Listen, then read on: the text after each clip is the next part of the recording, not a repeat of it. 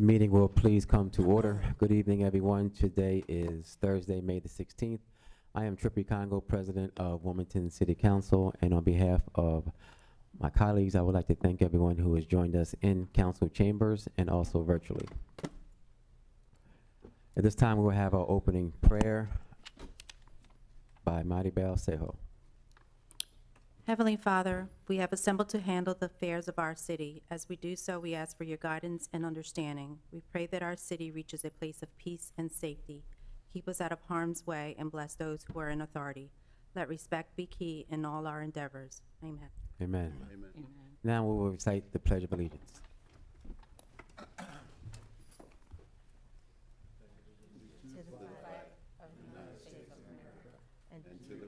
To the republic which stands, one nation, under God, indivisible, with liberty and justice for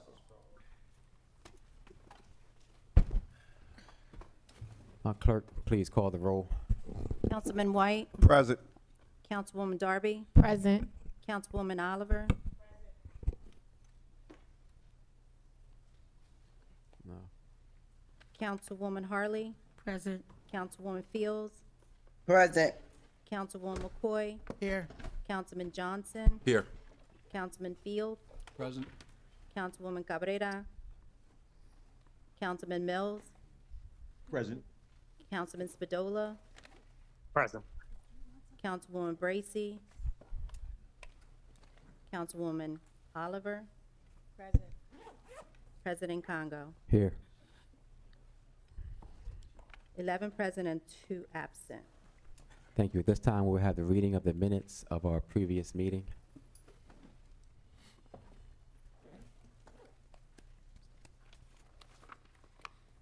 May 2nd, 2024, City Council met in regular session with remote participation on the above date at 6:45 p.m. President Ernest M. Congo II presiding, along with you, President Xavier Driver. The opening prayer was done by Kira Granardo. At Deputy- this time, I move for the minutes to be received, recorded, and filed. Second.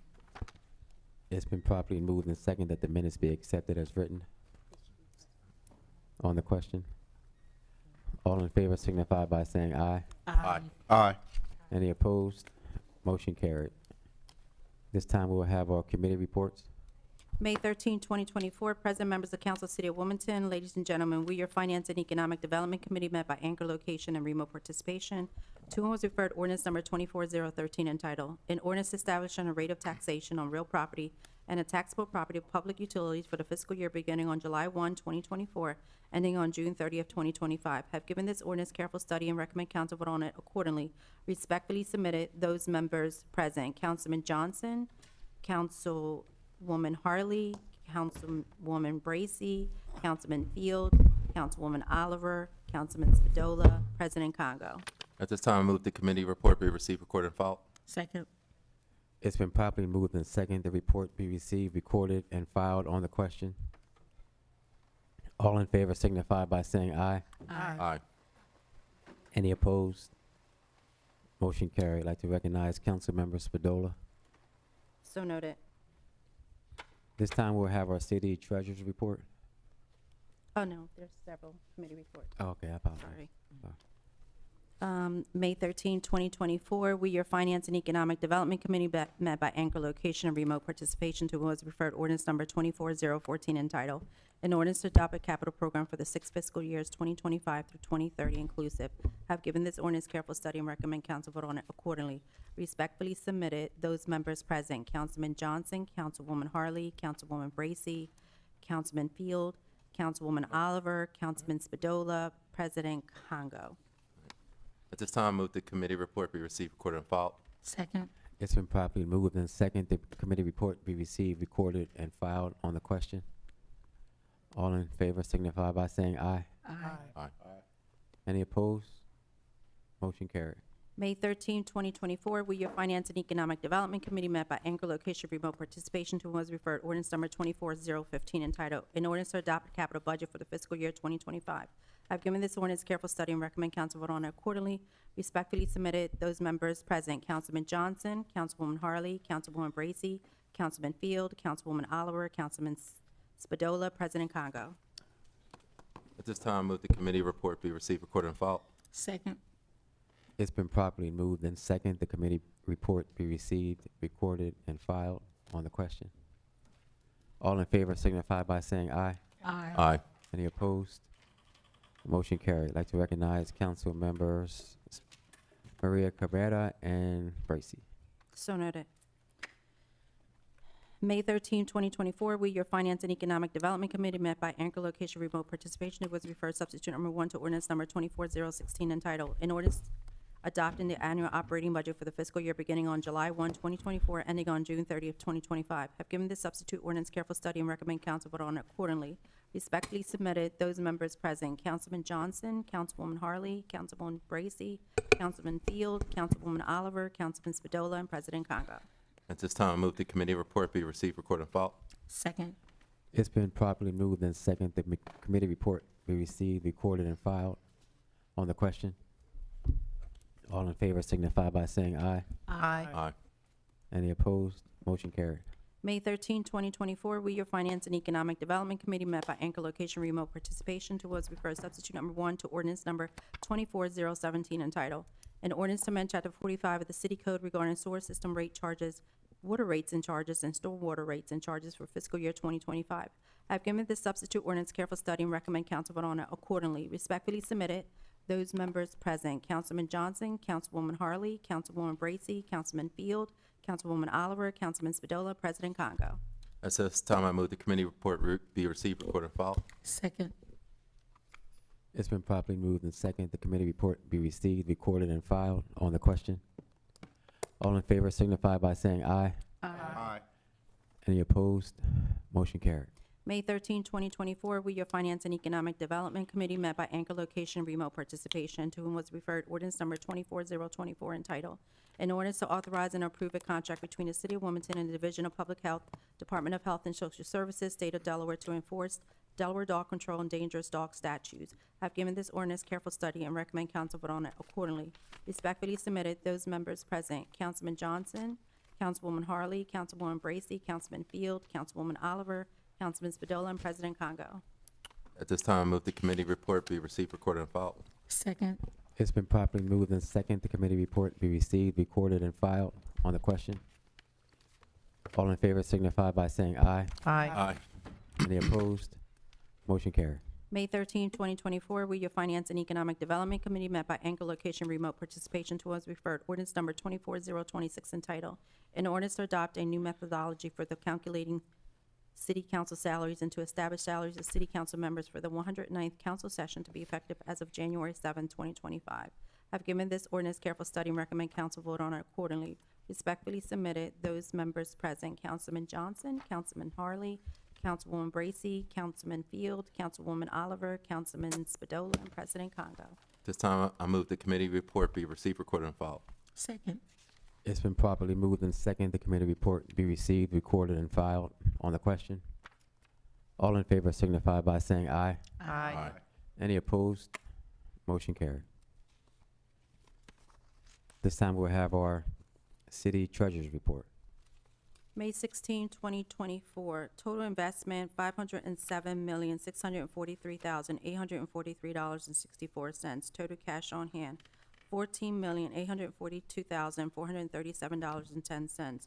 Grand total, $522,486,280.74. Submitted by Dwayne Sims, City Treasurer. Mr. President, I move the treasurer's report be received, recorded, and filed. Second.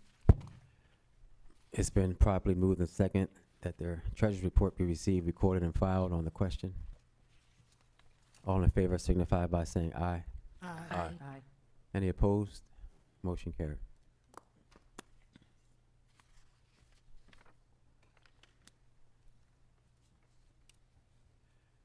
Yes, and before we go any further, I would like to observe the passing of Joe DePinto. Excuse me. And for that, I would like to have a moment of silence.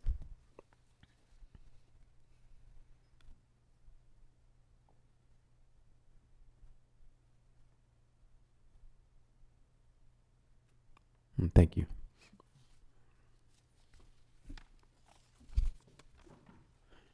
This time I'll accept a motion to move to accept all non-legislative business. Motion. So moved. Second. It's been properly moved and second to accept all non-legislative business on the question. All in favor signify by saying aye. Aye. Any opposed? Motion carried. There are no in-person presentations this evening. The following will be accepted into the record. Recognition resolutions from Councilmember Cabrera. She recognized the Wilmington Early Care and Education Council, and also recognizing Ajit Matthew George for their 70th birthday. And also I would like to recognize and welcome the Eastern Association Student Financial Aid Administrators. As far as sympathy resolutions coming from Councilmember Cabrera, a sympathy resolution for Carmen Maria Pabon Rodriguez. From Councilmember Oliver, sympathy resolutions for Louise Marie Clark and Deja Keandra Harris. At this time, we will move into public comment. This is a friendly reminder for anyone who is virtual that there is a Google Form sign-up link in our chat if you would like to speak. Your time limit is 3 minutes. Once you have 30 seconds left, I will give you a friendly reminder to please wrap your comments up. And also, please remember to introduce yourself. And if you are in council chambers, please watch your step as you come to the podium. First, we have in council chambers, Deacon Earl E. Tate.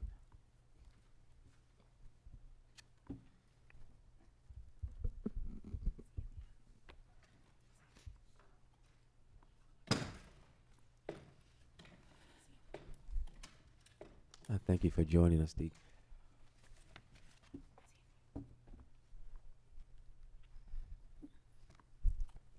Greetings. Greetings. This is Deacon Earl E. Tate II. I like to say that now is the time. Is the time when we should be coming together and working together without any argument, without any fussing, and make Wilmington back to have a safe and better place for to live in. Because there's many people here that can remember when these streets used to be safe and everything. But also that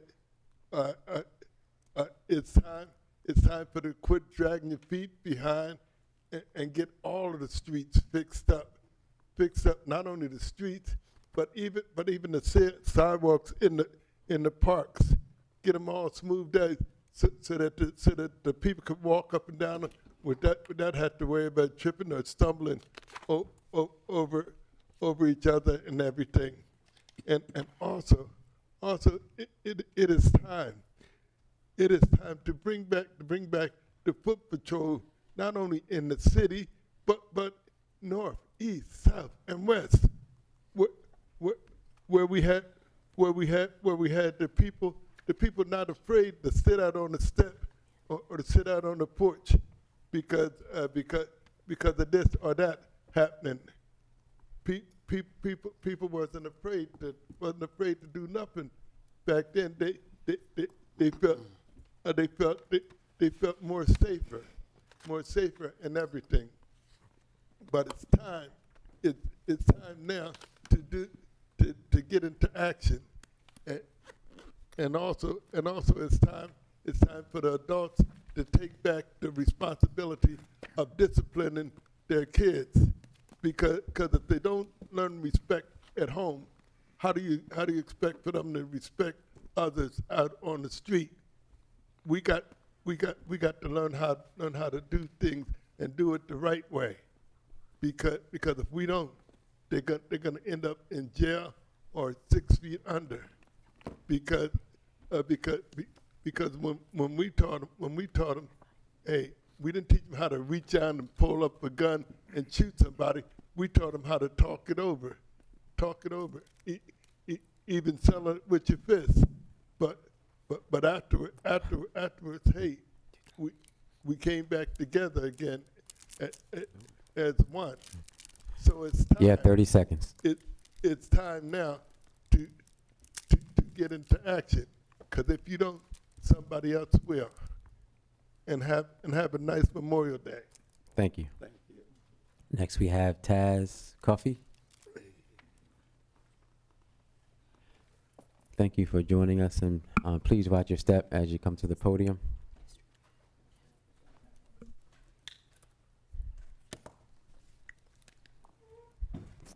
And please remember to introduce yourself.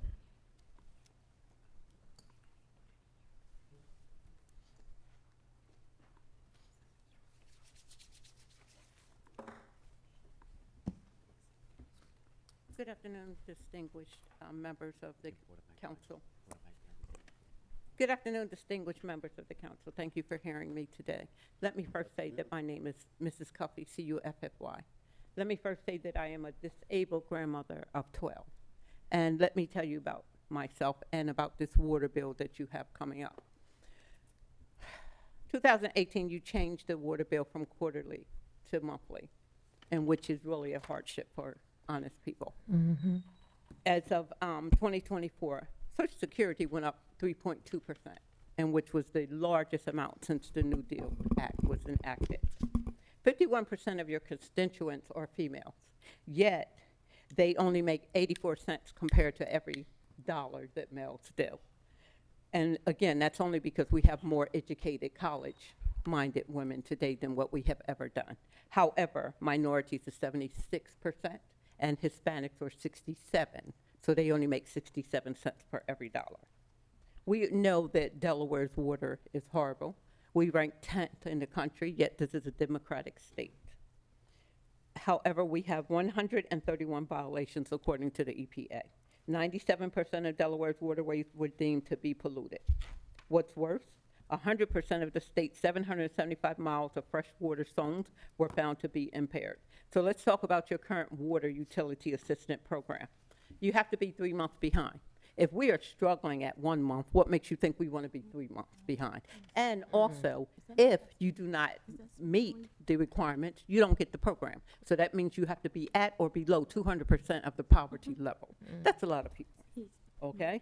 So let's talk about what you want the money for. Additional funding, $240,000 is to help the city comply with the EPA's new lead and copper rule revision, right? But you already knew all of this commercial building and new residential building, you're feeding off of the same sewer system that you know it's defunct in the first place. But yet you haven't done anything to rebuild the same sewer system.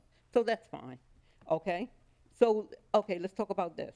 Let's talk about a program that you went against that would prevent foreclosing on houses due to the water bill, due to the sewer, and also the potential interest charges. So to me, it's another form of eminent domain of taking away our grandfathers and grandmothers' houses who work very hard.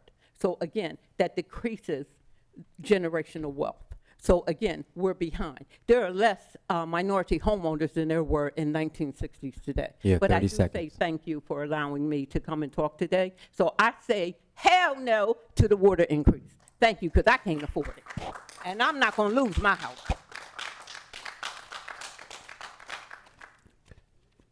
Thank you. Next, we have Cheyenne Miller.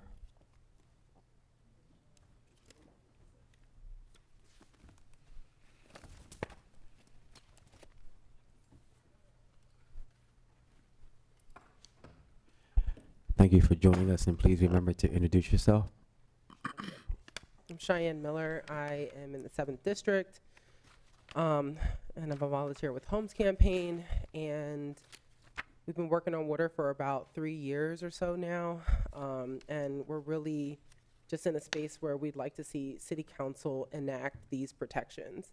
It's not a problem to be raising water rates if we know that we're protecting families from what can happen if they fall behind on their water. There have been a lot of ordinances that have come up in the past like 2 or 3 months regarding water. A lot of them did not pass. The ones that we needed did not pass. And instead, we've been promised some policies from the administration which no one has seen proof of at all yet. And so it's important that you guys actually codify the changes and protections before you decide to raise the rates, even if you are not going to raise the rates by the proposed 9%, and that you're going to raise them by 5.8, That is still really high when we know that there are people out here who are not getting protected from foreclosures, protected from shutoffs, which are just completely inhumane, and protected from high rates when we could be setting up systems to make sure that residents who can't afford high rates have the opportunity to still be able to keep up on their water bill, and residents that can afford the higher rates are able to pay theirs as well. So I'm asking, just please do not raise the rates this day. This is a day that we don't need to do that. We should be still revisiting these conversations around how to codify protections, not leave protections up to an administration who, like, we can't trust to maintain that they will actually enforce their policies, nor can we ensure that the next administration will enforce that policy. The other thing that I'm super concerned about is the fact that there is just like a lack of willingness to collaborate to find a space for water to become something we can all work on together. Y'all actually shot down an entire piece of legislation that would have built an actual affordable system. That's crazy to me, right? Like a piece of legislation that was supposed to be revenue neutral that would have built in an affordable system, y'all couldn't pass that. And I think that is something that we need to make sure that we look on to as like, well, what can we do? What can we support? I also think it's important that we revisit protecting families that are vulnerable. So families with children, families that have adults with disabilities, families that have seniors in them. Frankly, no family should have to go through a water shutoff, but it's pretty essential that we at least protect the families that are vulnerable to a shutoff. From shutoffs. We should not be having them go through this. You have 30 seconds. Thank you.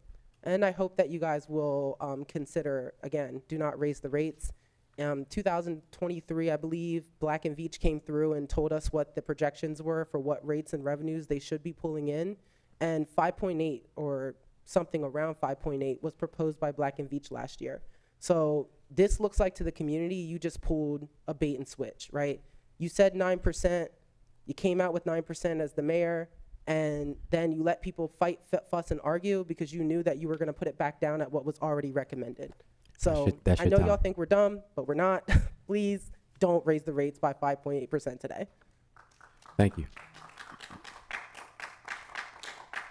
Next, we have Christian Willauer. I would also like to recognize County Councilman George Smiley, who was in council chambers with us. Thank you for joining us.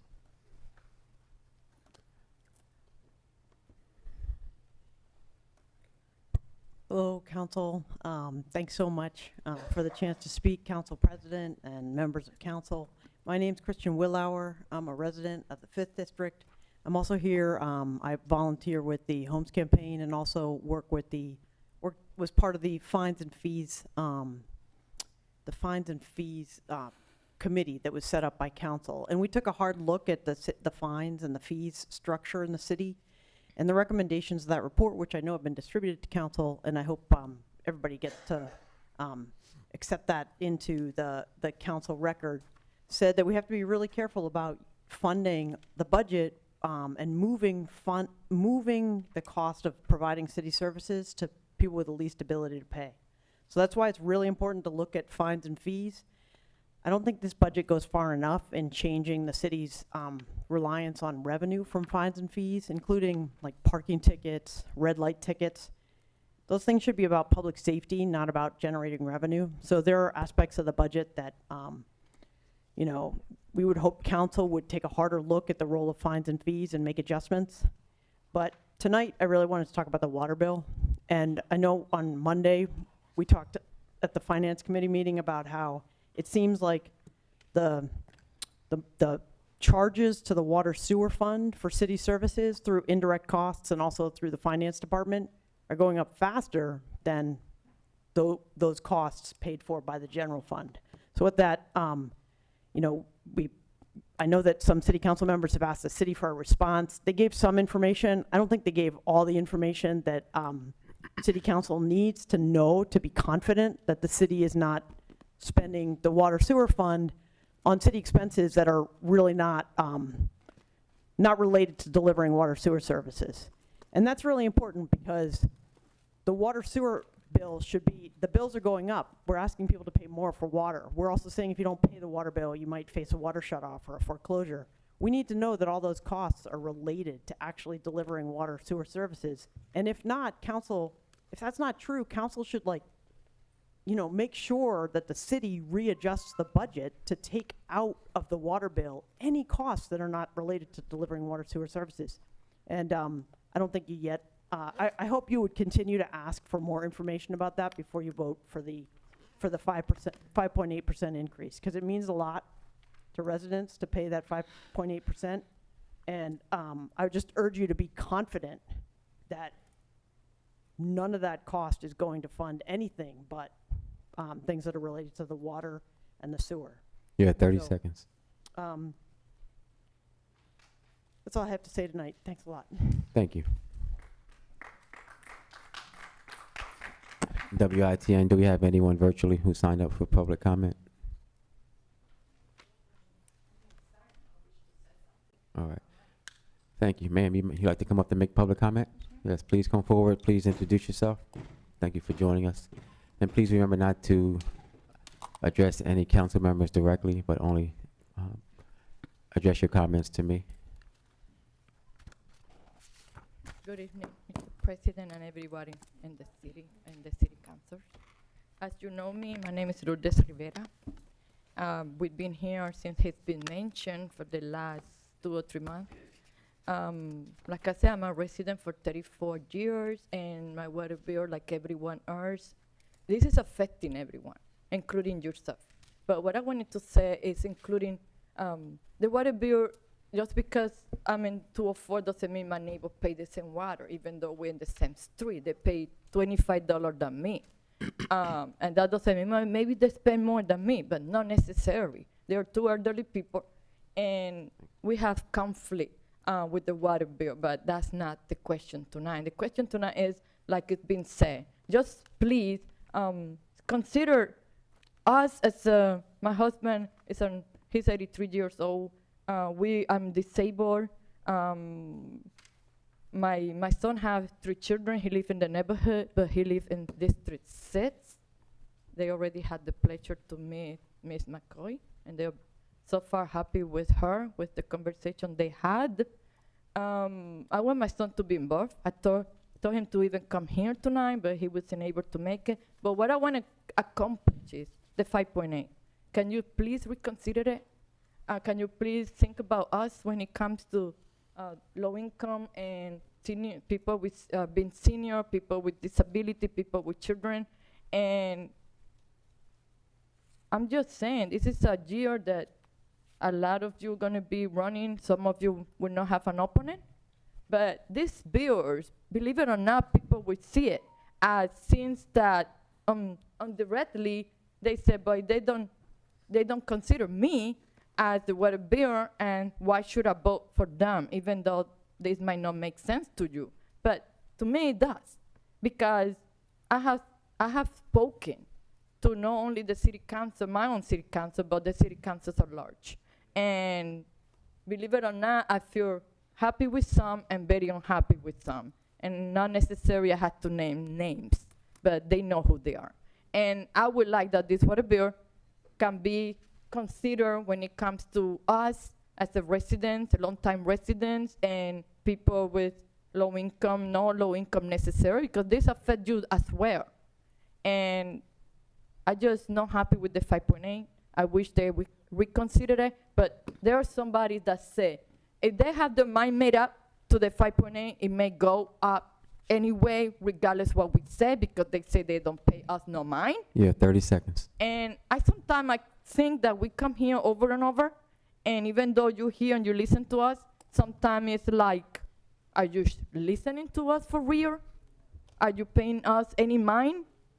Are we being listened to? You have 10 seconds. Or are they forgetting about us? Thank you for your time. Thank you. Next we have Brandon Fletcher.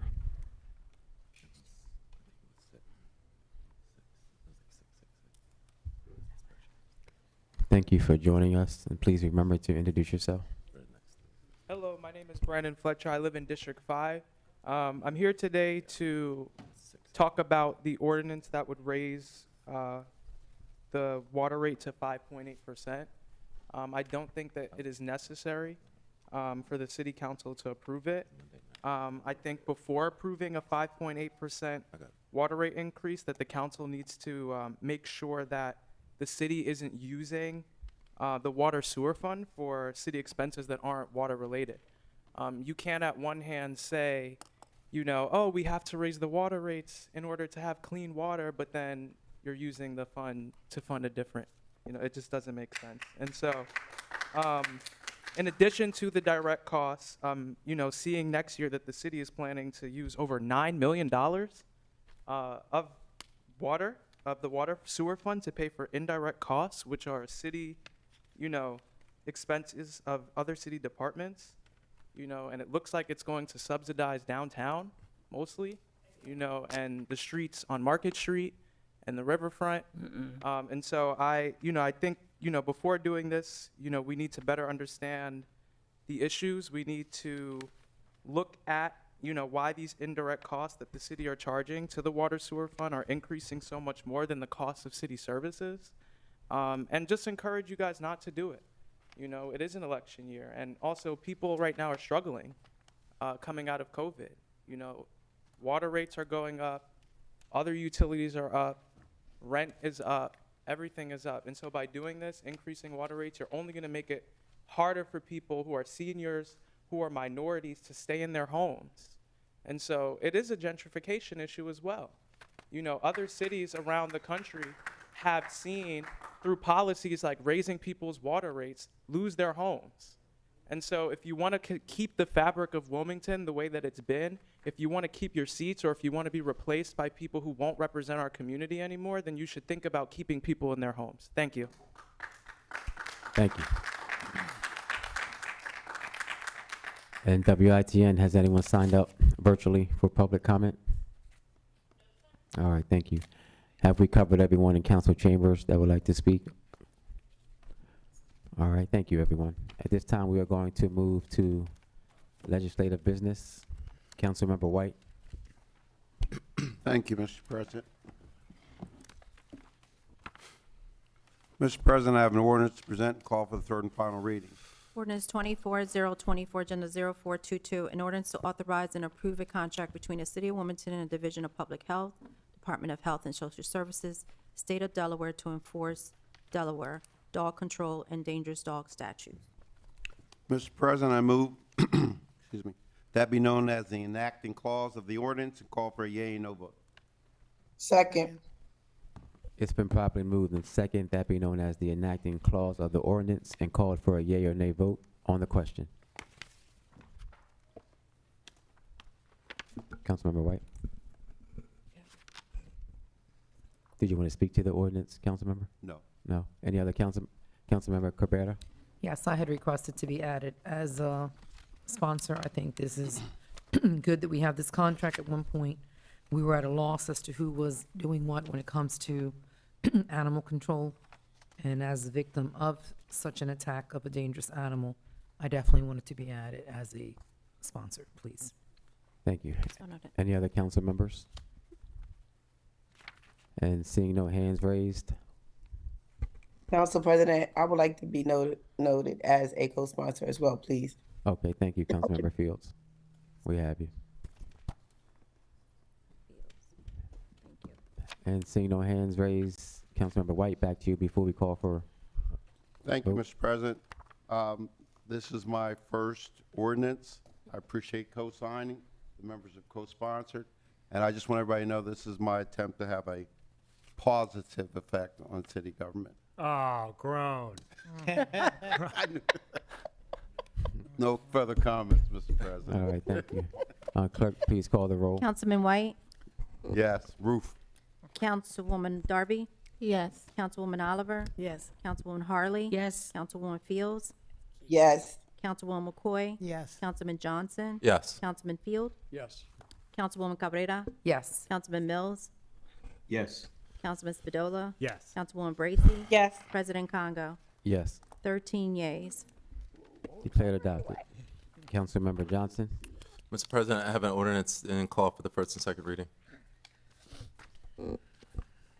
Ordinance 24 -032, Agenda 0433, an ordinance to authorize the issuance of the city's general obligation bond, WWTP, switchgear and electrical substations Phase 1 project, Series A of 2024 WPCRF, in order to provide the funds necessary for replacements at the city's wastewater treatment plant, providing for the sale of the 2024 A bond to the Delaware Water Pollution Control Revolving Fund, and authorizing other necessary action. First reading of the ordinance. An ordinance authorizing the issuance of the city's general obligation bond, WWTP, switchgear and electrical substation Phase 1 project, Series A of 2024 WPCRF, in order to provide the funds necessary for replacements at the city's wastewater treatment plant, providing for the sale of the 2024 A bond to the Delaware Water Pollution Control Revolving Fund, and authorizing other necessary action. Second reading of the ordinance. Mr. President, I move that be known as the first and second reading ordinance and refer it to the Finance Committee. Is there a second? Second. It's been properly moved and second that be known as the first and second reading of the ordinance and referred to the Finance and Economic Development Committee. Mr. President, I have another ordinance to present and call for a third and final reading. Ordinance 24013, Agenda 0402, an ordinance establishing a rate of taxation of real property and the taxable property of public utilities for the fiscal year beginning on July 1, 2024, ending on June 30th, 2025. Mr. President, I move that be known as an enacting clause in the ordinance and call for a yea-nay vote. Second. It's been properly moved and second that be known as the enacting clause of the ordinance and called for a yea or nay vote on the question. This is pretty straightforward. This is part of the budget package. This year, we are proposing no property tax rate increase, and we've done that for the last few years. So that's a credit of us being smart, navigating through COVID. The fact that we hear the community about staying in homes, and so last thing we want is a tax bill that is too high. So again, this is a win. It's not. Sometimes this can get overlooked, but the fact that we aren't raising property taxes is a huge win for all of council. So with that, I will turn it to my colleagues. And seeing no hands raised, clerk, please call for the roll. Councilman White? Yes. Councilwoman Darby? Yes. Councilwoman Oliver? Yes. Councilwoman Harley? Yes. Councilwoman Fields? Yes. Councilwoman McCoy? Yes. Councilman Johnson? Yes. Councilman Field? Yes. Councilwoman Cabrera? Yes. Councilman Mills? Yes. Councilman Spadola? Yes. Councilwoman Bracy? Yes. President Congo? Yes. 13 yeas. Declared adopted. Mr. President, I have another ordinance to present for third and final reading. Ordinance 24014, Agenda 0403, an ordinance to adopt a capital program for the 6 fiscal years 2025 through 2030 inclusive. Mr. President, I move that be known as the enacting clause of ordinance and call for a yea-nay vote. Second. It's been properly moved and second that be known as the enacting clause of the ordinance and called for a yea or nay vote on the question. This is a non-capital program year, so there's no action in this regard. The city will be doing a capital program for next fiscal year. So there's no changes in this for this fiscal year. All right, thank you. Seeing no hands raised, clerk, please call the roll. Councilman White? Yes. Councilwoman Darby? Yes. Councilwoman Oliver? Yes. Councilwoman Harley? Yes. Councilwoman Fields? Yes. Councilwoman McCoy? Yes. Councilman Johnson? Yes. Councilman Field? Yes. Councilwoman Cabrera? Yes. Councilman Mills? Yes. Councilman Spadola? Yes. Councilwoman Bracy? Yes. President Congo? Yes. 13 yeas. Declared adopted. Mr. President, I have another ordinance to present and call for third and final reading. Ordinance 24015, Agenda 0404, an ordinance to adopt a capital budget for the fiscal year 2025. Mr. President, I move that be known as the enacting clause of ordinance and call for a yea-nay vote. Second. It's been properly moved and second that be known as the enacting clause of the ordinance and called for a yea or nay vote on the question. Similar to the last piece, there's no capital program this year, so there's no changes. Thank you. Seeing no hands raised, clerk, please call for the roll. Councilman White? Yes. Councilwoman Darby? Yes. Councilwoman Oliver? Yes. Councilwoman Harley? Yes. Councilwoman Fields? Yes. Councilwoman McCoy? Yes. Councilman Johnson? Yes. Councilman Field? Yes. Councilwoman Cabrera? Yes. Councilman Mills? Yes. Councilman Spadola? Yes. Councilwoman Bracy? Yes. President Congo. Yes. 13 yeas. Declare adopted. Mr. President, I have an ordinance on present and call for third and final reading. Ordinance 24016, Agenda 0405, an ordinance to adopt the annual operating budget for the fiscal year beginning on July 1, 2024, ending on June 30 of 2025. Mr. President, I have a substitute to present in lieu of that ordinance. Substitute number 1 to ordinance number 24016, revision 1 to agenda 0405, an ordinance adopting the annual operating budget for the fiscal year beginning on July 1, 2024, ending on June 30 of 2025. Mr. President, I move that be known as enacting clause of the substitute ordinance and call for a yea nay vote. Second. It's been properly moved and seconded that be known as the enacting clause of the substitute ordinance and call for a yea or nay vote on the question. This is what a year of listening to community need, going to civic meetings, going to our neighborhood planning meetings, seeing the work of the community. This is what it comes to. This is the most important thing we do in the year on council. I would say this is probably one of the most expansive budgets City Council has proposed, and be able to really, I think, put a capstone in the work 108 Council has done. It's always what the saying is that you see where a organization's priorities are by their budget, and our budget is a living, breathing piece, and it embodies the residents in the 1st district, 2nd district, 5th district, 8th district, all over the city. Every district, we take the needs of the community and put it at work. The proudest thing we're getting is the thing we were able to negotiate is $1.5 million to the home repair facade program. This is something that we've seen work in our communities across the city. Something every meeting we go to, people want to get in the application pool. People are getting in the application pool. We can't give out enough, and we can't work on the houses, frankly, fast enough. But the $1.5 million will be investing in neighborhood stabilization. This is a huge, I believe, milestone, because what it sets is the precedent that we're not going to continue to leave our residents behind. Yes, new development will come in, but the seniors, the disabled, the homeowners that are here, they deserve to have a nice, safe place to live. So those grants have been a win. We've seen it. So with this investment, we'll be doing more lotteries throughout the next year. So again, this is a big win for the community. When you talk about another one, we talk about the additional, I believe, $250,000 that we'll be investing in HBCU Foundation, and also the HBCU Gala. Our youth are our future. They will be in these seats soon. So for us, we have to continue to double down on the education of our city. We have many proud HBCU graduates who are leaders currently in our city, and leaders going forward in our city will be HBCU graduates. So it's important that we invested these dollars in the foundation. So I'm extremely proud for the increased amount of funding we were able to negotiate. Our council president was one who said, there would be no budget without that, and so we made sure that we got the additional funds for the HBCU Foundation. So we look forward to seeing that work. The additional matters, this is for Deacon Earl Tate. This is, I don't know, we call it the Deacon Earl Tate line item, but we finally are getting traffic calming devices, a pilot program in the city.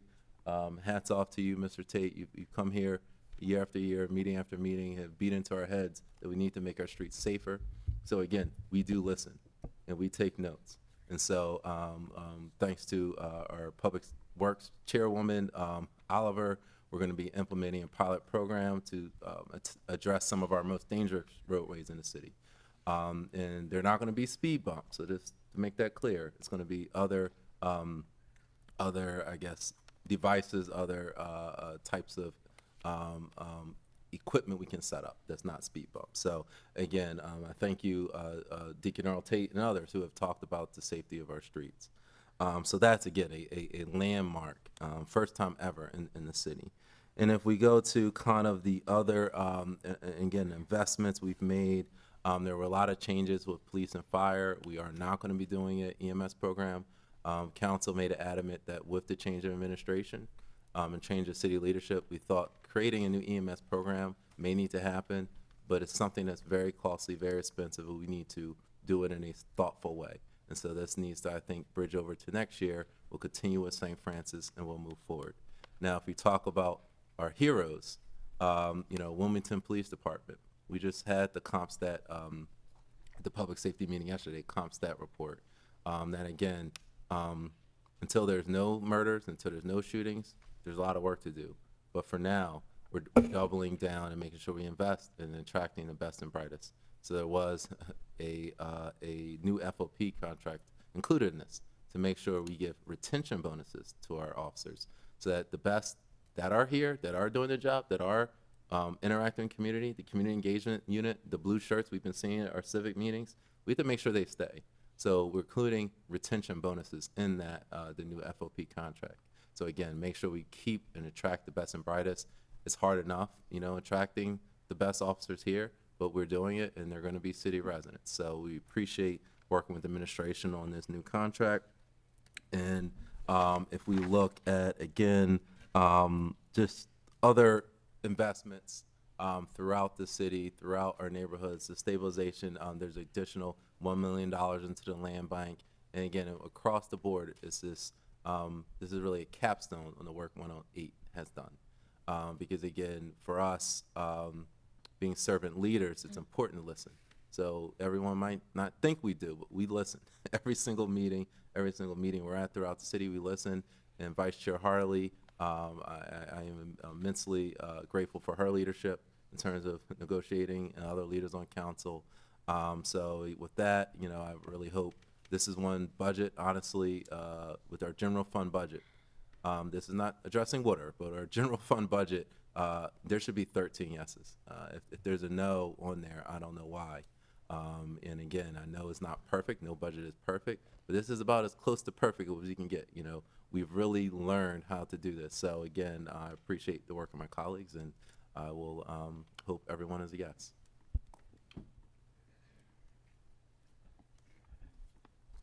Councilmember Harley. Yes, thank you, Mr. Council President. I just want to echo the sentiments of Councilmember Johnson in terms of all that he has already said, but wanting to just underscore the fact that there were multiple meetings. We definitely made sure that we were listening to our constituents as it related to those things that they thought were important to be added to the budget.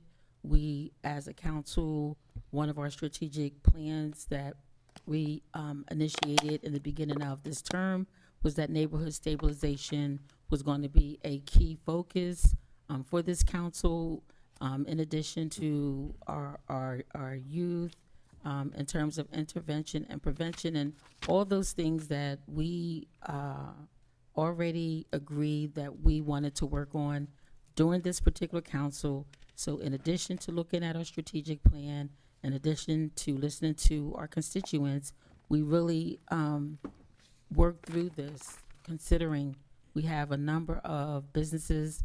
For example, we have a law firm on King Street that's going to be leaving the city, that we're going to be losing a lot of wage taxes. There's going to be a shortfall as it relates to wage taxes. Considering everything that needed to be considered, I really do believe that we really landed with a win-win for our community and for our city. That's all I have, Mr. Chair. Thank you. Councilmember White. Thank you, Mr. President. I too echo the comments of my colleagues, and this is my second budget, and I'm very appreciative to be here. But I'm going to say that we as council have a greater obligation that extends beyond the passing of this budget, should it be passed. And, there's devil in the details. We constantly hear from at least I hear from my constituents about exactly who the money benefits, how it benefits persons or businesses. We put a lot of work in the home repair. And I don't think and this I'm speaking to council, we should be more collaborative. We need to step up our oversight authority. and we should not just put this in the drawer until this time next year. So I would just hope that council would extend their fiduciary responsibility and looking at the details of how this money is spent, when it's spent, and how it benefits the community. We can't just talk about that these dollars are going to benefit the community unless we actually are willing to drill down into the details. But again, I commend the work of my colleagues, Mr. Johnson as chair and others, leadership in you and Councilwoman Oliver. But those are my concerns with this budget, and I'm just hoping that my colleagues will help me sleep better at night. Thank you. Thank you. Councilmember Oliver. Thank you, Mr. President. I too echo everything the council or council members said. All of us really worked collectively on this budget, and I think we did a pretty good job. I just wanted to stress the additional funding. I didn't hear it if Councilman Johnson said it. The additional 100,000, 200,000 was that 100,000 and for the water and increase. There is assistance available out there for the individuals who are having any issues with your water bill. Just call 311. There's plenty of assistance out there. I had a meeting down Stubbs. I was impressed to hear that 5 of the seniors said they all have received money from the city. They're on payment plans. 2 of the payment plans have been completed, and they were ecstatic. And I was able to share some information about the additional funding that we put in that pot. And I just wanted to mention that if anybody have any issues with your water bill, please call 311. There's plenty of money out there. Thank you. Thank you. Councilmember Harley. Yes, thank you, Mr. President. I just feel as though it needs to be mentioned that City Council, we negotiated and proposed one of the largest investments in the city of Wilmington, and especially the Black and brown communities during the 2023-2024 budget, to the extent that we still have money in the budget that can still be utilized. So for an example, Councilmember White just mentioned about the details.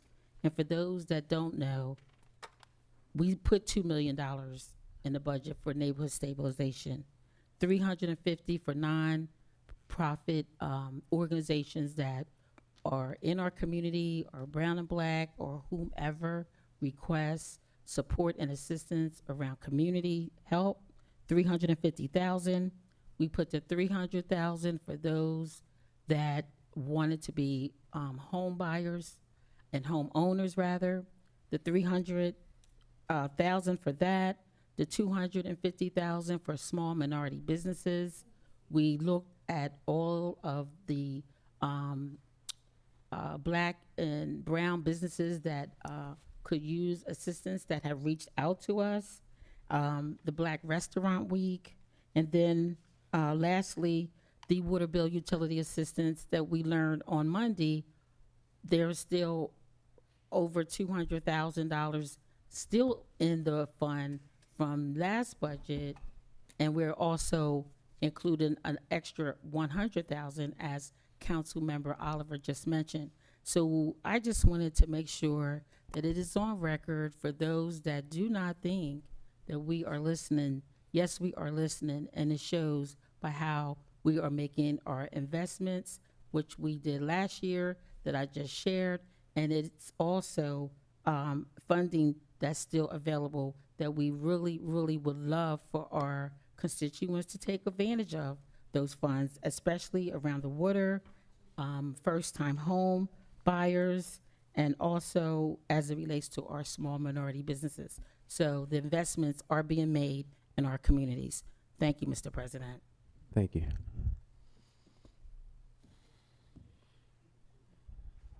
And seeing no other hands raised, take it back to our sponsor, Councilmember Johnson. I appreciate Vice Chair Harley for reminding. Councilmember Johnson, I'm Councilmember sorry. Al Mills has his hand up. Councilmember Al Mills has his hands raised. If he Okay. can let him speak first. Yes. All right, Yes, thank you. please. Councilmember Mills. Thank you, Mr. President.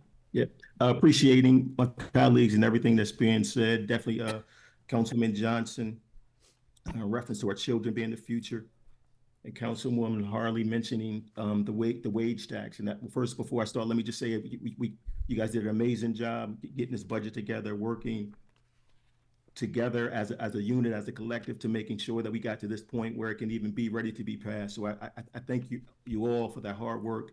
But again, Councilwoman Harley mentioned the wage tax, the elephant in the room. No one ever discusses the wage tax and how that wage tax, just a minimum change in the wage tax and the benefits that it can do for our city and our children. Most definitely, we have some of the lowest performing schools in our city. We bus our kids to low performing, high need schools. Schools in Wilmington have some of the lowest proficiency rates in the city. So if we can make a change, just a minimum change to that wage tax, we can do miracles for our children, but definitely in our city in reference to getting some qualified teachers, getting some better instruction into our classrooms. There are so many classrooms in our Wilmington schools being taught right now by not even certified teachers. We have, classroom after classroom. It's a disgrace that we have to send our children to these schools. So I am hopeful that in the coming days, we can begin to discuss this wage tax and let our community residents know about it, and how a minimum change, and how there is nowhere in this region that deals with what Wilmington, Delaware is dealing with in reference to this wage tax and the detriment it is doing to our children. That the education system is the worst, and we are failing our children. And I just want us to take some time as a council and please think about that moving forward. Thank you for your time. Thank you. Is there anyone else before we return to our sponsor? Councilmember Fields. Yes, thank you, Council President. I just kind of want to echo with all of my colleagues said, but I definitely want to focus on Councilmember Harley when she spoke of the first-time home buyers and the money that was put into some of the land bank properties. We have had Black minority developers come into the city of Wilmington and renovate these houses for first-time home buyers. We have an increase of first-time home buyers with the money that we put into the land bank for the housing, for the renovation. We have increased that amount up to 45% just in the Lower Hilltop alone. So, I just have to say, we definitely have to look at the influx of home ownership, what we're doing with our budget and how we are affecting the community. Some people may not see it because they're not there, but we as council members, we see the work because we put in the work and we do the work. And we have these conversations consistently, not just with the administration, but with the developers that are in our community, with the different organizations, nonprofit organizations that we work with in order to better our communities, not just one, but all of them. So again, I think that, this is another great budget that we voted on to increase our stabilization throughout the city of Wilmington. And that's all I would have to say. So thank you. Thank you. Is there anyone else before we return to our sponsor? Seeing no hands raised, Councilmember Johnson. Again, I appreciate the work of all of our colleagues, and we really hit the nail on the head. Councilmember Fields talking about the stabilization. That has been, I know, Councilwoman Cabrera always brings it up, is the land bank, the land bank, the land bank. And this has been a strategic plan of 108. We have to give our residents, our constituents, a safe place to live. Every day we work, that is what our goal is. And from Amani's Village on the east side to the west side with the flats and to other affordable housing projects, we are trying our best. We still don't have enough affordable housing, but we got to try every single day and continue to double down, and the remaining homeowners make sure their houses are repaired, look better. That way we can then address, as Councilmember Mills says, the school issue. That's the elephant in the room. We did actually last year, we had a little research project on wage tax and what it would do. Unfortunately, that's at the state level, so we need to advocate with our state leaders for a little uptick in wage tax, because that will make a huge difference. I know some people say it will be anti-business. Again, I say it's pro-business, because pro-business, businesses want a safe place where their executives can come even in and out of the city without worrying about crime and other things. So I think it's a two-way street. We're going to continue to fight on council for that wage tax increase. You know, we do have some good news, I think, on the horizon about some businesses that may be coming to the city. So again, we got to continue that work. And again, I would be remiss not to focus on the $350,000 to small and minority businesses. We were completely out, and we actually had replenished it with $250 last year, and it's completely gone. So we were replenishing it this year, and I appreciate the work of Councilmember Bracy for making sure we had that earmarked. And this year is in a budget, just to address Councilman White, we do have a project manager on council now. We actually have that budget line in there because we realize, you know, we got to make sure the money gets out our door and gets the residents we have. So we actually have that budget project manager in the line, home repair, minority business, they'll be able to work with that. So I'm very proud, and I appreciate, I hope you have a 13 for 13 today. Thank you. Thank you. Clerk, please call for the roll. Councilman White, Mr. President, to avoid any conflict or potential conflict, I will be voting present. Councilwoman Darby, No. Councilwoman Oliver,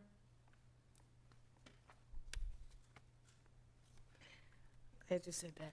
I'm going to be voting yes, but I'm going to, if I have any family members or anybody in the budget, because my job is to pass the budget, I would recuse myself. But with this right here, I'm going to vote yes. Thank you. Councilwoman Harley, Yes. Councilwoman Fields, Yes. Councilwoman McCoy, Yes. Councilman Johnson. Yes. Councilman Field, Yes. Councilwoman Cabrera, Yes. Councilman Mills, Yes.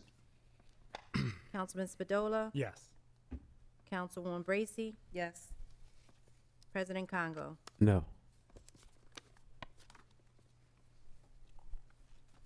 10 yeas, 2 nays, and 1 present. Declared adopted. Mr. President, I have an ordinance to present and call for third and final reading. Ordinance 24-017, Agenda 0406, an ordinance to amend Chapter 45 of the City Code regarding sewer system rates and charges, water rates and charges, and stormwater rates and charges for fiscal year 2025. Mr. President, I have a substitute to present in lieu. Substitute number 1 to ordinance 24-017, revision 1 to agenda 0406, an ordinance to amend chapter 45 of the city code regarding sewer system rates and charges, water rates and charges, and storm water rates and charges for fiscal year 2025. Mr. President, I move that be known as enacting clause of the substitute ordinance and call for a yea/nay vote. Is there a second? Second. It's been properly moved and second, that be known as the enacting clause of the substitute ordinance, and called for a yea or nay vote on the question. And this was already touched on, I believe, in the last conversation. We certainly have hurt the public. This water issue is, again, I'm a true believer that we do need a more affordable program. I know there's a different views on council. I think we do need an affordable program.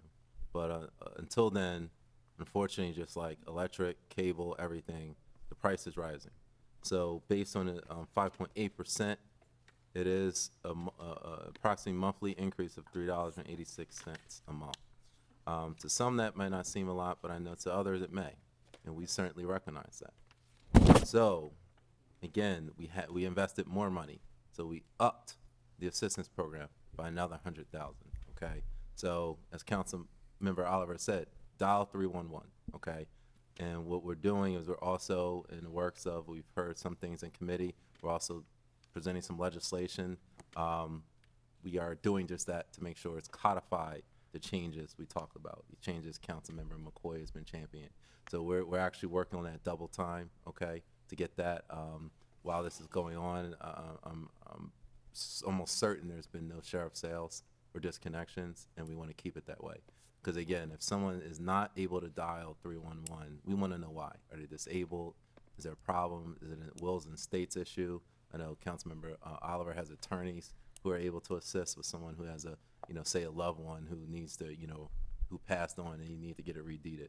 So there's a lot of work to do. We want to make sure there's no shutoffs, okay? So the money is there, the help is there. We just got to make sure we get residents there. And, what we have to do is, number one, keep a solvent water system. So that's the one thing we can't skimp on. It's easy to say 0%, but what it would look like in the out years is a double-digit increase, okay? So this is the only way we can keep it being reasonable so that it doesn't increase greatly. So again, I know it's not 100% what everyone wants. I wish we could say 0, okay, but we're setting these safeguards up. We're gonna make sure people stay in their homes. We're gonna make sure the money's there, okay? So again, please dial 311 if you are falling behind. Renters qualify as well, and I clarified that with finance. Renters qualify. So you just don't have to be a owner, it can be renter too, okay? So please come to us for help. We are here to continue working on this issue, again, making it lower cost for everyone across the board or income-based. That's something I would love to see one day, but again, we gotta continue to take a step forward. Thank you. Thank you. Councilmember Oliver. Thank you, Mr. President. I just wanted to echo, agree with Councilman Johnson, but I want to make a point. A lot of some of these situations with homes, they have tangled up deeds. So what I've been doing is sending people to Mr. Property and the recorder of deeds. So if you have individuals who's out there who have some tangled up deeds, maybe like it was a senior, the son lived there, the mother lived somewhere in a high riser, and the name is not on the deed. So I referred him to Property, and also Wally has been helping people. So sometimes these things are out of our control. But if anyone has some tangled up deeds, I noticed in one situation, and Mr. Property was able to assist with the tangled up deeds. So just wanted to put that out there. Thank you, Councilmember Bracy, and then Councilmember Harley. Thank you, Mr. President. So I have a couple of things that have been on my mind, and I've said them already, so this isn't anything new. I'm really glad that we have the water assistance program and that we're increasing the funding. However, I do want to make sure that as a council, that we are taking our jobs seriously and we're understanding the policies and procedures that govern how this water utility assistance is used. Because if there's money that the community can't access, then it doesn't matter if we put $1 million in there if they can't get to it. So I want to make sure that, I'm going to support. However, I think we really need to make sure that we fully understand the process, and not just say call 311. They need to call 311 to apply. But if they're not getting through, if they're not having success, if they're not qualifying, if they're a renter and they're having an issue because they're a renter, these are the kinds of things that we need to know, at least I want to know, so that we can work with the community to come up with what is equitable, and that actually really helps. So I'm excited and I'm glad that we're able to infuse these dollars into help with the assistance, but I also think we need to make sure that we understand the policies and the procedures behind it to make sure that we get it right from the jump. The other thing that I think, and Councilman White actually alluded to this, once the budget is passed, if everything is, once we're done with today, we definitely need to make sure that we continue this work and that we're very proactive and that we're looking at the root causes that lead people to not being able to afford their bills, not being able to buy a home, and that we do whatever we can to set people up for success. You can't have a first-time home buyers program and then not have a support system in place to keep them in the home. So I am hopeful and I'm glad that we are having these conversations, but I look forward to having more and more engagement with the community to really get to the root causes of some of what's going on in our communities and find solutions. Thank you. Councilmember Harley. Thank you, Mr. Chair. That's a perfect segue into my comment as it relates to Councilmember Bracy. Unfortunately, on Monday, when we had a committee meeting to talk about all these bills, we had maybe 3 or 4 people to show up at the meeting. So for those that were not able to come for, various reasons, I would like to recommend that you listen to the tape, because we talked about how we can continue this conversation and how we can get to the root cause as to why people are not able to pay their bills. All of this has a fiscal impact on our budget as it relates to whatever those various reasons are. That is one of the reasons why we had numerous meetings with the administration, with the experts, to fully understand, what is happening and what is going on. My point is, at the committee meeting on Monday, we had the director of finance there, one who said that he would be willing to continue to talk about the different issues as to possibly why people are not able to qualify for the water bill, if they're a renter, homeowner, etc. We learned that there could be a number of reasons as to why people are not qualifying. But the point that I wanted to make on record is that we discussed all of this on Monday at the Finance Committee meeting. And lastly, and my point I want to make most of all is that the conversation is going to continue, but we have to know the fiscal impact. We cannot just decide, we cannot have no shutoffs and don't know the full fiscal impact. So we're going to continue that conversation, as Council Member Bracy has already mentioned. And we also want to remind everyone that we already have provisions on the books. If you're 65 and older, there's provisions for property tax and water bills for 65 and over, and for disabled. We already have something on the books, so we want them to know that we hear them, but we already have something on the books, and we're going to continue to have the conversations to see what we can do to improve and get the message out, to communicate to our residents what we are already doing and what we can do better. We want the community to know we're listening. Thank you, Mr. President. Thank you. Councilmember McCoy, followed by Councilmember Cabrera. Thank you, Mr. President. So I just want to state that pretty much for the past 2 budgets, I would say, I was unable to support the increase in the water rates. And I had my reasons, and I felt as though I really had no understanding about what was going on with the water. This budget is different. I have been working with the administration. Now the budget, the policy is actually passed. I just have not done any public thing till we got past this, and I wanted to make certain that everyone was able to understand what the new policy looks like. When it comes to the elderly and disabled, that was actually brought to my attention also. They were like, well, the income guidelines are just they're like too low, I believe it was told.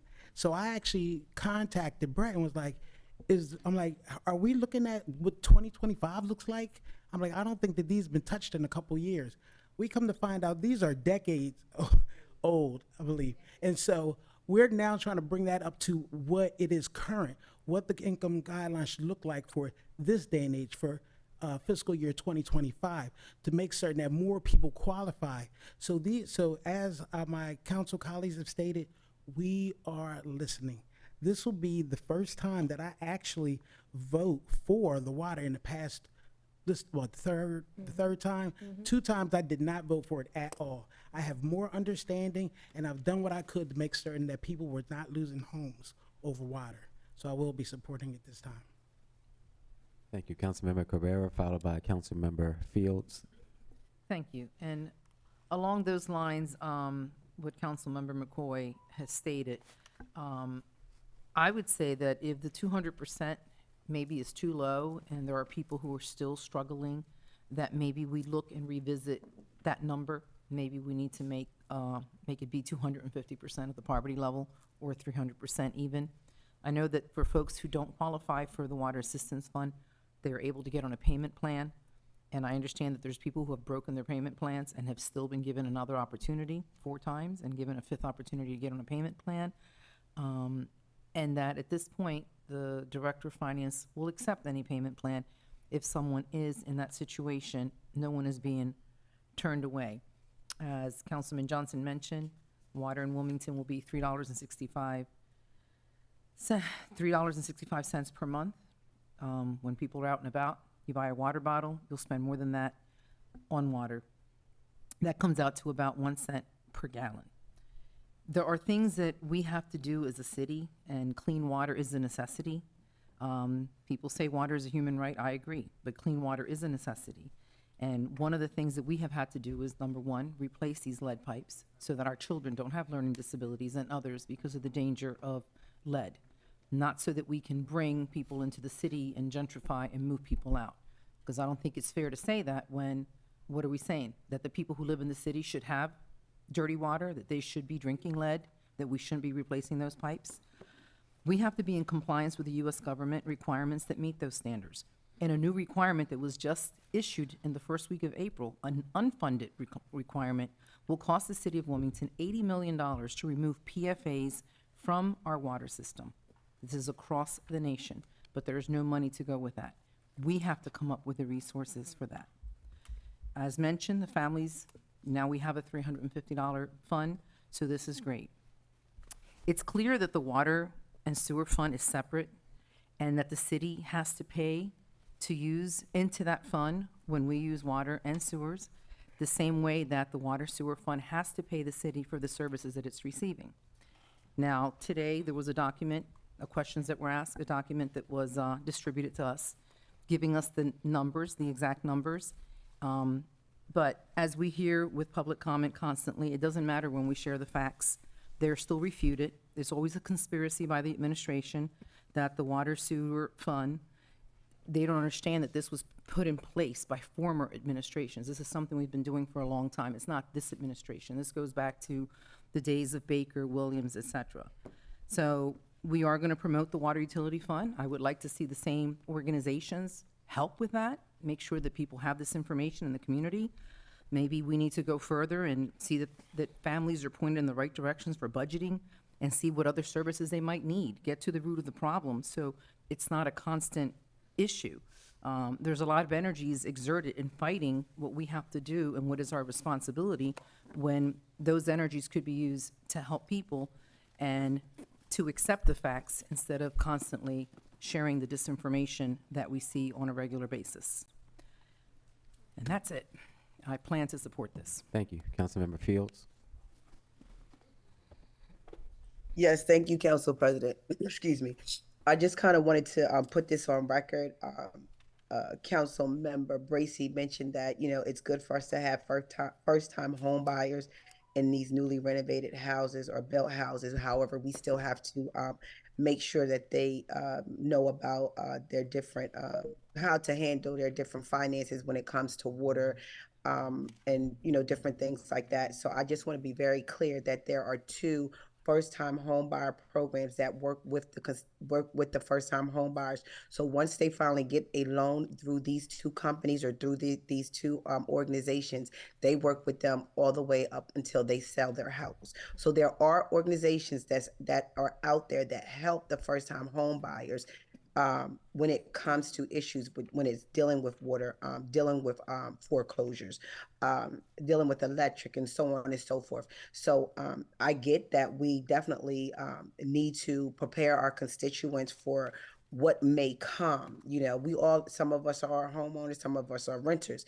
However, I wish as a homeowner, I would have had some programs available to me that taught me about water, electric, changing my heating, my filters and different things like that. So I just wanted to be on the record that there are two programs. I know it's Pursuit to Own that works with NACA, and we also have Stand By Me. So if there are any first-time home buyers and if there are concerned, please try to sign up for one of those first-time home buyer classes, and they will work with you through the loan on the house that you purchase. Thank you, Council President. Thank you. Councilmember Darby. Yes, so I will not be supporting this budget. I wanted to just make my comments in one. I believe there's so much more that can be done. In regards to this specific legislation, I think any increase with no real protections, I think it's irresponsible.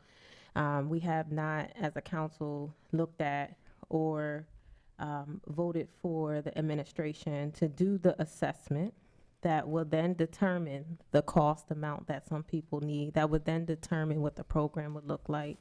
That piece of legislation was voted down where we could have established a water affordability program. We know that 1/3 of accounts are delinquent. We know that 1/3, and those are people, human beings, who cannot afford water. Last year, we did establish the water assistance program, which I think is great that we have that. But if we don't have somewhere where we're upfront reducing the number of people who need the water assistance fund, I think what is the point of the water assistance then? We wait for people to get 3 months behind. And then we talk about tenants having now accessibility to it. Here on the website, it says rental tenants responsible for the water utility bill.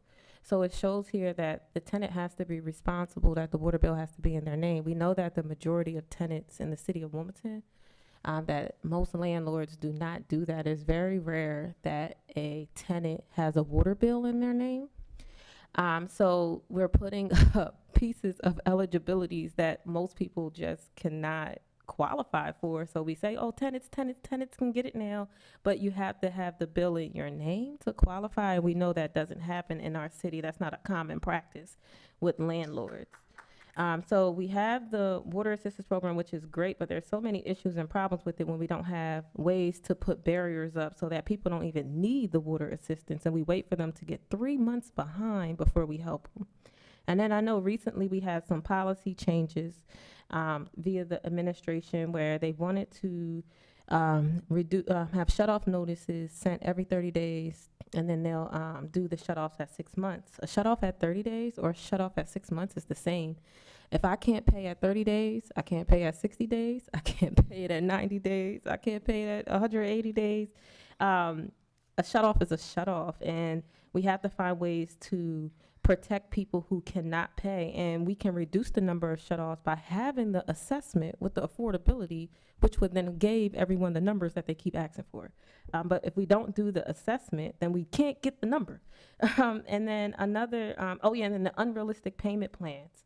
So I have been on the payment plans for water before. I've been on the payment plans for Delmarva before, and honestly, I robbed Peter to pay Paul to just set up the payment plan so that my water or my electricity can come on, but I eventually defaulted. There's a high default rate on these unrealistic payment plans that they set you up on, because they wanted me to pay my current bill, and then on top of that, they added my past due amount to that. But if I couldn't pay the current bill, how did y'all expect me to pay the past due amount, right? And when we talk about the difference between like a government entity providing services versus a private entity like Delmarva and them, those are two very different things. Government should not be in business the same way Delmarva, a private company, is in business. The government is very different, and we have to operate very different in regards to how we provide services to people. We're not a big private company. We are a government. We're here to serve people, so we really need to be intentional at how we're providing that service to our community. So a lot of the policies that were put in place were policies which then can change. They're not codified. So we don't have codified like foreclosures on a policy, and on the administration side, yes, they said that it's not going to happen anymore for water past due. But that can change. Like the administration today can say, oh, I don't want to do it anymore, right? Or the next administration can do that. It has not been codified to really protect it. And we give a lot of breaks to commercial properties where they are thousands of dollars. And you can look at water bill. You can go online and you can look up any person's water bill. And if we look at the water bill for a lot of these large companies, which is mainly owned by BPG, who does most of the development, unequitable development in our city, you'll see that a lot of those businesses owe thousands of dollars, and they're not getting shut off and they're not getting foreclosed on, but we'll do it to the little people. So I just think it's really like unacceptable, like what we're doing to the everyday people. So it sounds good. Let's set up a water assistance. We're going to do water appeals. We're going to give people unrealistic payment plans. We're just going to tell them to get a job and call 311, right? This is what we're going to tell people who, and I can relate, because I could be one paycheck away, and I have been there before where I couldn't pay my bill. It wasn't because I was lazy. It wasn't because I didn't have a job. I just didn't make enough, and I had to. And you can't even rob Peter nowadays to pay Paul. There's no robbing. We done. Like at this point, like in regards to like increases. So we can't stop comparing us to Delmarva. We're not a private company. We are a government serving people. And then another thing is we talk about it's only a few dollars. It's only a few. Since I've been on city council, this is my 4th budget. It has been increased every single year. So in a matter of 4 years, you have increases happening to people. Most people aren't getting raises. So for me, it's really like a lot of things about the water piece. I just can't until we put barriers, and I'm not against increases. I think increases are necessary when they have to do with water sewer stuff, but we have to truly understand how the water fund works. And then we have to truly make sure we set up barriers for people who can't afford it. At this point in my life, I can afford my water bill, but I know next year I might not. Like, you never know, life be life. So I just think it's really important. And also another big thing for me is violence prevention. In this budget, we did not use our city council funding to start having that conversation. City council as a whole, I think we talk about, we're very reactive, and I want to be proactive in the way that we're attacking violence in our community. So we talk about we want safe places to live. Like my daughter was at her bus stop and they were shooting. So when you talk about safe places to live, I feel that. And it's not, when we're not addressing violence prevention, they just had shooting at the carnival. I was going to take my kids this weekend. I can't take them. So when we talk about pushing it off to the next administration to figure it out, people are dying right now today in our city. So it has to be something that we make an investment now today in our funding, not in ARPA funds. And I agree, but with the wage tax increase, I think it needs to happen, right? Those things, we have to have those conversations about other different taxes and different fees and things we can do in our city to make sure that we're getting the funds we need and that we're not putting it on the backs of the people who can't already pay. And then also police.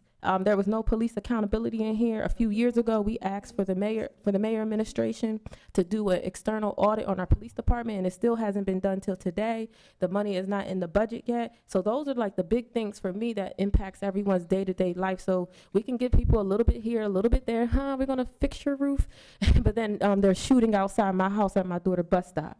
So we can, I think we could do so much more. I'm not in support of this budget. Right. I also think that the process can be better where everyone is included. There's only a certain people at the table and only certain voices being heard. Mona, thank you. Thank you. Any other council members? Councilmember Harley? Yes, thank you, Mr. President. I appreciate all the council members' response as it relates to opinions and how they feel about the budget. As legislators, that's our right as a legislator to, vote and have our opinion. But I definitely wanted to speak to the fact of the community public CP Community Public Safety Initiative. Yes, we did use ARPA funds for that. $7 million. Councilmember Harley, we're on the water ordinance. Well, it was mentioned. I thought that was mentioned about shooting and all that in our youth. Yes, but we're on the water ordinance now. Okay. Okay. Well, Point of order. yeah, I go ahead. Yes, Councilmember Fields, what's your point of order? My point of order is, if it was brought up in a previous conversation, how come she can't follow up? And she's the committee chair of finance. She's addressing the budget as someone was speaking to the budget. Yes, Councilmember Darby should not have brought that up either, so that was my fault for allowing that.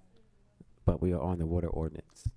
Okay, follow up. We're not speaking on any other ordinance. Yes. Follow up. Yes. Okay, and I understand that, but since she was able to speak hers and you didn't stop her.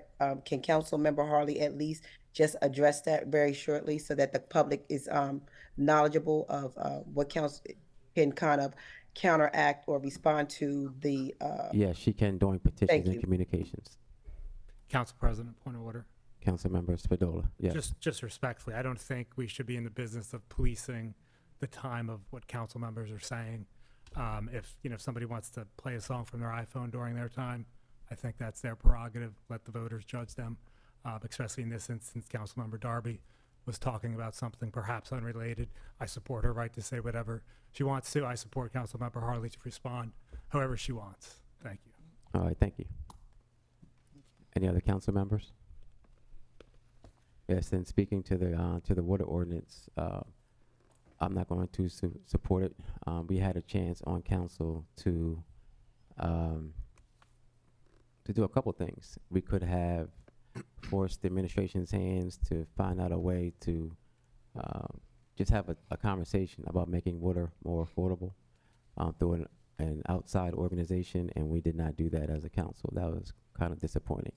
And again, as Councilmember Darby did allude to, we did not codify some of the policy changes that could be changed at any moment. And again, we had an opportunity on council to codify it and make it a law, and we did not do that. So that was also kind of, that was very disappointing. So I'm not going to support this ordinance. And any other council members before we go back to the sponsor?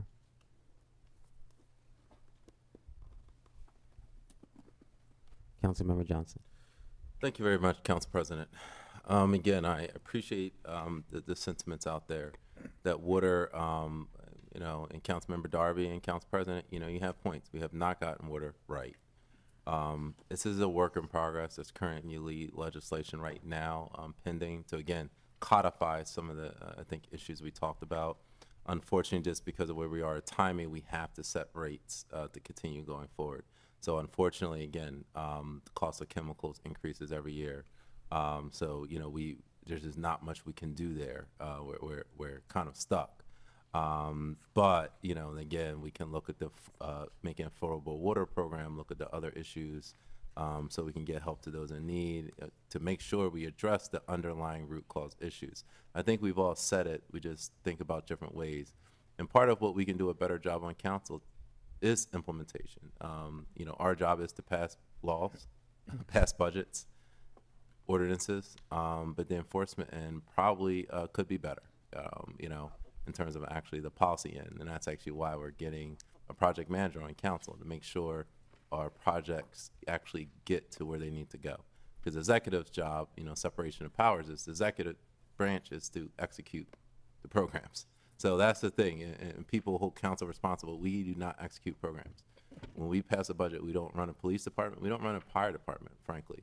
And so that's the understanding. Even government civics 101 is important because, we can set whatever money we want. Just like in D.C., Congress can set a budget, but if the White House refuses to do it or implement it, there's nothing we can do. So, that is, again, it's a bigger picture problem. We are addressing water.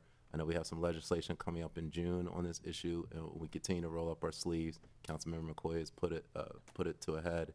We are working on this. So with that, I would hope to have everyone's support. Thank you. Clerk, please call for the roll. Councilman White? Yes. Councilwoman Darby? No. Councilwoman Oliver? Yes. Councilwoman Harley? Yes. Councilwoman Fields? Yes. Councilwoman McCoy? Yes. Councilman Johnson? Yes. Councilman Field? Yes. Councilwoman Cabrera? Yes. Councilman Mills? Yes. Councilman Spadola? Yes. Councilwoman Bracy? Yes. President Congo? No. 11 yeas and 2 nays. Declared adopted. Mr. President, I have an ordinance to present and call for third and final reading. Ordinance 24-026, Agenda 0431, an ordinance to adopt a new methodology for calculating city council salaries and to establish salaries of city council members for the 109th council session to be effective as of January 7, 2025. Mr. President, I move that be known as enacting clause on ordinance and call for a yea nay vote. Second. It's been properly moved and second that be known as the enacting clause of the ordinance and called for a yea or nay vote on the question. This is really a housekeeping ordinance, and just to be transparent and clear, a council cannot, by law, raise our own salaries. So that is, we are not raising our salaries. We're setting the salaries just for the cost of living increase for the 109 session. And we're actually doing it differently this time. Going forward, it will be indexed to CPI, so similar to other workers. It'll be to CPI for white-collar workers. That way, we can continue to attract and retain the best and brightest. Despite what people think, everyone here is an everyday working person. So, we want folks on council to be able to, folks to be attracted to council and be able to, reasonably have a salary that's in line with the work that they do. So this is really housekeeping. We do this every budget cycle every 4 years. Last time, actually, it was a deferment because of COVID. We were right in the middle of COVID, so a lot of city finances were unsure. So it was delayed, but otherwise, this is a housekeeping ordinance. It just, again, adjusts with cost of living increase over the past 4 years.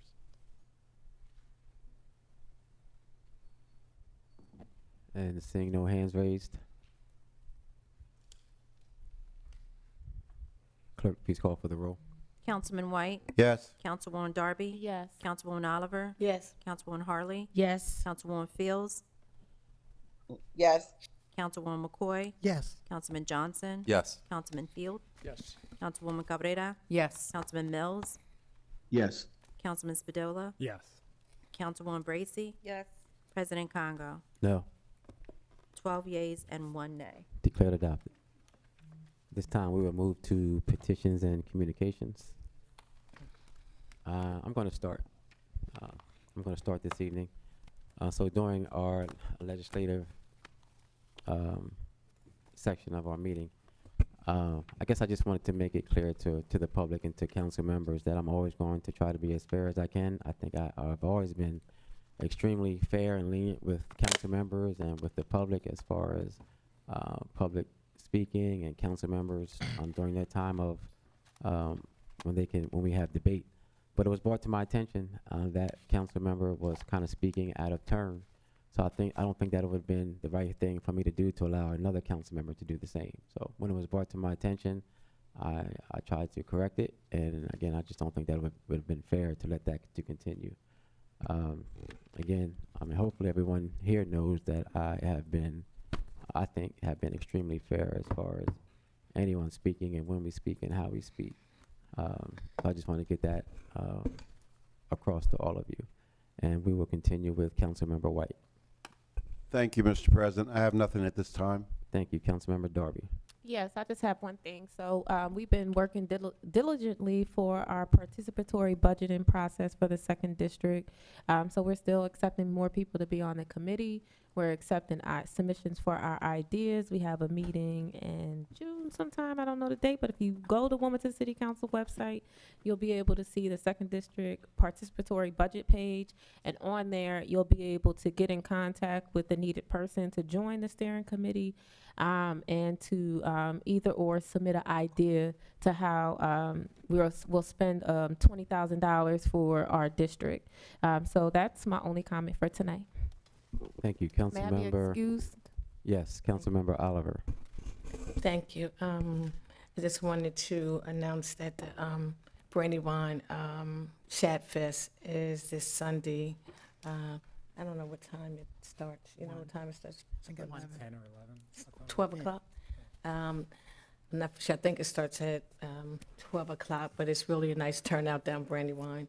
You bring your kids down there, they go fishing, there's all kind of activities, music, and you can learn a lot about shad and some of these dams, some of the conversations that's been in council and in the committee meeting, but it's really a nice family event. There's a couple other things I want to mention. I wanted to mention that we've been having several meetings. If anybody needs their electric bill paid, go out to Rose Hill Community Center from 7 to 2. See Miss Edie Pritchett. They are only taking applications for shutoffs or if your electric is disconnected. So that's our Rose Hill Community Center if anybody needs their electric bill paid. They open from 7 to 2 every day. And I would like to say, regarding the water. I received a fact sheet, and I would like to say clean water is necessary. I would like to say that water is necessary, we need it for washing clothes, taking baths, and various other things. But it is. Benefits of safe water, bathing, drinking, cooking, washing, and we don't want to be like Flint, Michigan, or look like Jackson, Mississippi, I'm sorry. And I just like to say, when I flush my toilet, I like to see clean water. Thank you. Councilmember Harley. Oh, thank you, Mr. President. Your comment, I appreciate your comment. Thank you. Yeah, but just don't let it happen again. Yes, ma'am. Yes, ma'am. Okay, usually I would just let things go, but for the sake of misinformation, I think it's important that the community is aware that this city council, as it relates to prevention and intervention, we made sure that $7 million went into community public safety initiative.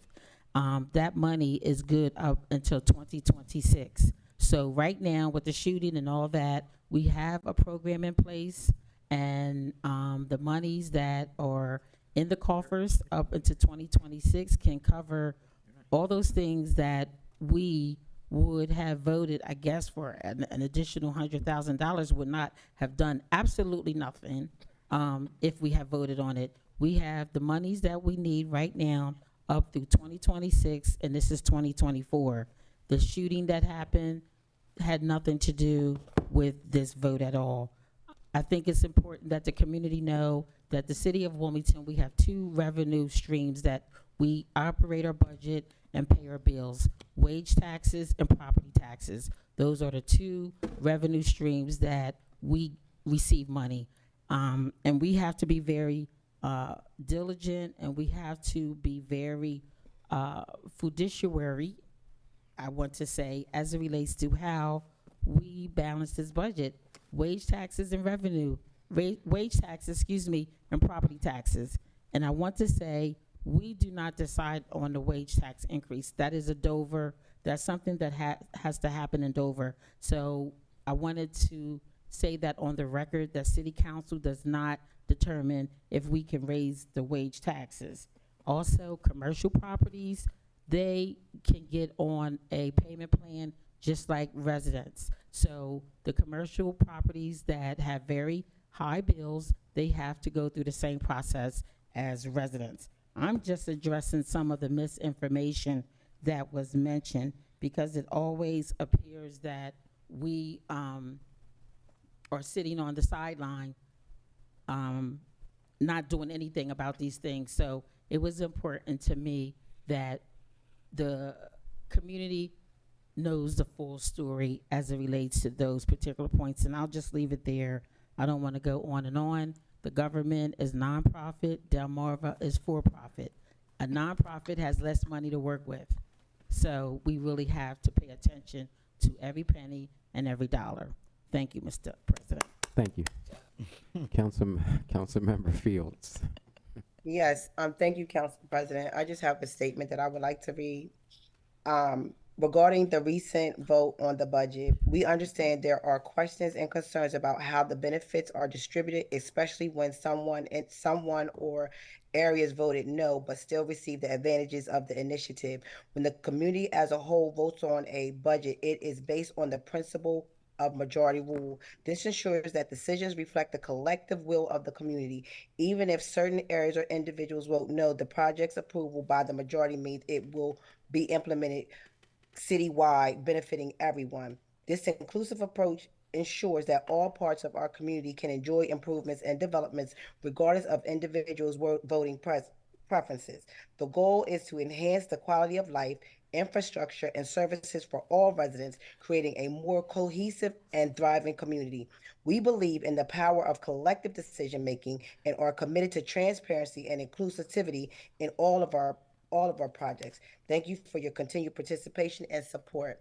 Also, I would like to say thank you to everyone that showed up yesterday to the street renaming, subnaming of my mother, Mercedes Fields. It was an honor and it was a privilege to see everyone that showed up, and then to receive the text messages, phone calls, and emails from the individuals that could not come. They still showed love. I just want to say I really thank the administration for being there. Part all the departments of the city of Wilmington, because she touched everybody's department actually. So the entire city of Wilmington, all the employees that she worked with, and I really have to say thank you, thank you, thank you to all of my council colleagues that were there, those that were there, and those that called and reached out to me that could not make it but were there in spirit. So I just really want to say the legacy of Mercedes Fields and the legacy of Furlong Trotter in West Center City, it continues to grow throughout not just the city, but the state of Delaware. And yes, it is a heavy mantle to hold, but I want the community to know that they did raise a very good woman to carry on their legacy. And my last thing is my quote for today. Excuse me, y'all. I have my allergies are kicking my butt. Life is 10% what happens to us and 90% how we react to it. We cannot solve problems with the kind of thinking we employed when we came up with them. And that's it. Thank you, Council President. Thank you. Councilmember McCoy. Thank you, Mr. President. I just had one thing to state, just to let everyone know that Hedgeville will be having a meeting on Tuesday at MSK, which is located at 1009 Sycamore Street. That meeting takes place at 6 p.m. So that is the Hedgeville Civic Association meeting, Tuesday the 21st at 6 p.m., 1009 Sycamore Street. I hope to see you there. Thank you. Councilmember Johnson. Just the only announcement on behalf of the 7th District Neighborhood Planning Council. We are making purchase orders currently right now. The Neighborhood Council met regarding enhancement of our parks, so there will be some switching around and purchasing of trash cans. Doesn't sound exciting, but if you have a trash can that you want on that list, we're trying to do them all in one fell swoop, so please let us know. We have certain models we've already picked out, and hopefully we can make our parks look more beautiful this spring. Thank you. Thank you. Councilmember Field. Yes, I have several announcements about events in and around the 8th District in the next week or so. This weekend is the Wilmington Grand Prix, which is a very fun bike race, and it is tomorrow and Saturday downtown and in Brandywine Park. Also, the Brandywine Shad Fest, which was mentioned before, which is Sunday, also in Brandywine Park. You can find more information about that by looking it up on the Facebook page. And then on May 30th is the 157th Memorial Day Parade, which will take place down Delaware Avenue, ending with a ceremony at the Soldiers and Sailors Monument. And that's all I have. Thank you. Councilmember Cabrera. Thank you. The Urban Artists Exchange, the concerts have begun, and that is at the old horse stables, Wilmington Police Horse Stables on Walnut Street. And they are every Wednesday at 6:30 p.m. Bring a lawn chair, bring the family. It truly is a wonderful event. Last year was the inaugural year, and we saw the crowd grow with each concert. So just a reminder that those concerts are free to the public at the Urban Artists Exchange on Walnut Street. There are a lot of events going on this weekend. Tomorrow, Saturday, May 18th, from 12 to 5 p.m. in the Old Swedes Historic Site, there is a celebration of the performing arts. It's an opportunity for folks to come participate in performing, as well as to listen to the free performances by Opera Delaware, Delaware Shakespeare, the Seraphim Ensemble, Pieces of the Dream, which is a contemporary dance ensemble. There is no ticket required. And again, this is in Old Swedes Village Historic Site on East 7th Street. So bring everyone out. And as Councilmember Field noted, the Grand Prix weekend, it is 5 to 8 p.m. tomorrow, Brandywine Park. Saturday, you're going to have the time trials, as well as the amateur and professional races, both men and women. And on Sunday, there will be a recreational ride, 15, 30, and 60 miles, the Governor's Ride, the Grand Fondo, and it is a great opportunity for those cycling aficionados to come out and jump in and join in. That's all. Thank you, Mr. President. Thank you. Councilmember Mills? Nothing tonight, Mr. President. Thank you. Thank you. Councilmember Spadola? Nothing tonight, Council President. Thank you. Councilmember Bracy? Nothing tonight. Thank you. Again, thank you everyone who Mr. joined us. President, And I'm sorry, I yes, forgot one Councilmember announcement. Oliver? I appreciate, I'm Sure. sorry. There's gonna be a meeting at, Howard School on the 28th, Tuesday the 28th, regarding, the Kumba building relocation, so, they're gonna have flyers put out. I spoke to, lady today from Kumba, Ms. Muhammad, and they're gonna provide food and put out the flyers.